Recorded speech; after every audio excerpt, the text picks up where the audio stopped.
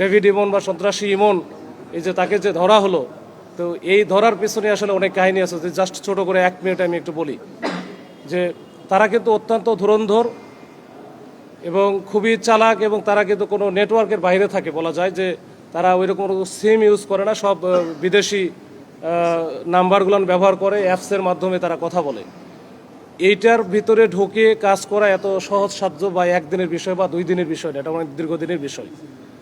তো সর্বশেষ আমরা যখন এই চক্র, বিশেষ করে ডেভিড ইমনের, ও যখন দেশে যখন দেখতেছে যে তার ধরা পড়ার সম্ভাবনা আছে বা এটা বেশি আলোচিত হয়ে গেছে, তখন যে বিদেশে একজন আছে যে আলোচিত গ্যাং লিডার, যে সাজ্জাদ, বড় সাজ্জাদ ওরফে বড় সাজ্জাদ, তার পরামর্শক্রমেই তারা কিন্তু সে কিন্তু ইন্ডিয়াতে বা ভারতে পালিয়ে যাওয়ার একটা তার পরিকল্পনা ছিল। এই পরিকল্পনা সম্পর্কে আমরা সম্যকভাবে অবগত হই, এবং এখান থেকেই সে এই যে যাওয়ার চেষ্টা করে চট্টগ্রাম থেকে ঢাকা।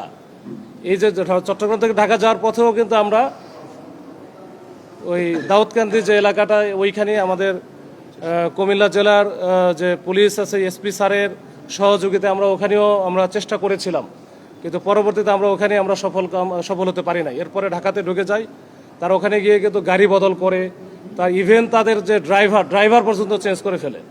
চেঞ্জ করে এটা একটা পর্যায়ে তারা আমাদের কাছে খবর আসে বা আমরা ওইভাবে এটা নিয়ে খবর পাই যে খুলনার দিকে যাবে। তা আমরা কিন্তু সেইভাবে এই যে পদ্মা সেতুতে যে টোল প্লাজা আছে, ওইখানেও কিন্তু আমরা একটা চেকপোস্ট স্থাপন করি। বিশেষ করে ওইখানকার মুন্সিগঞ্জের পুলিশ সুপার স্যারের তাৎক্ষণিক রেসপন্সে ওইখানে ভালো একটা আমরা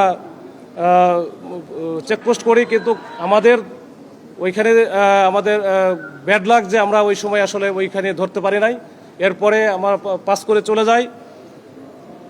আমরা জানি যে সে যাবে খুলনাতে, ওইভাবে আমরা রূপসার দিকেও আমাদের এটা ওই খুলনা জেলা পুলিশের সহায়তায় আমরা এটা চেকপোস্টের ব্যবস্থা রেখেছিলাম।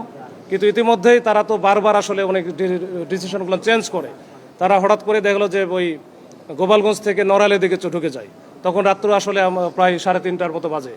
তো এই সময় আসলে আমরা তখন কুল পাই নাই। পরে নড়াইলের এসপি স্যারকে আমি ফোন দিয়েছিলাম, পরে আমি ওইখান থেকে বের হয়ে গেছে। এরপরে যশোরের এসপি স্যারের সাথে যোগাযোগ করে ওইখানে লাকিলি স্যারকে আমি পেয়ে গেছি, এবং স্যার একেবারে প্রথম কলেই ধরেছেন এবং সাথে সাথে আমাকে একটা টিম অ্যাসাইন করে দিয়েছেন বা আমার সাথে ট্যাগ করে দিয়েছেন। আমি ওই টিমকে সার্বক্ষণিকভাবে সহায়তা করে এবং কোথায় কি যাচ্ছে আমরা সব আপডেট দিয়ে, আপনারা জানেন যে যশোরে যে জমজমপুর এলাকা, ওইখানে মোটামুটি ভোরের দিকে 5টা বা এরকম 5:15টার দিকে আমরা কিন্তু এই যে ডেভিড ইমন সহ আরও 3 জন, মানে সব মিলে 4 জনকে ওখানে গ্রেপ্তার করতে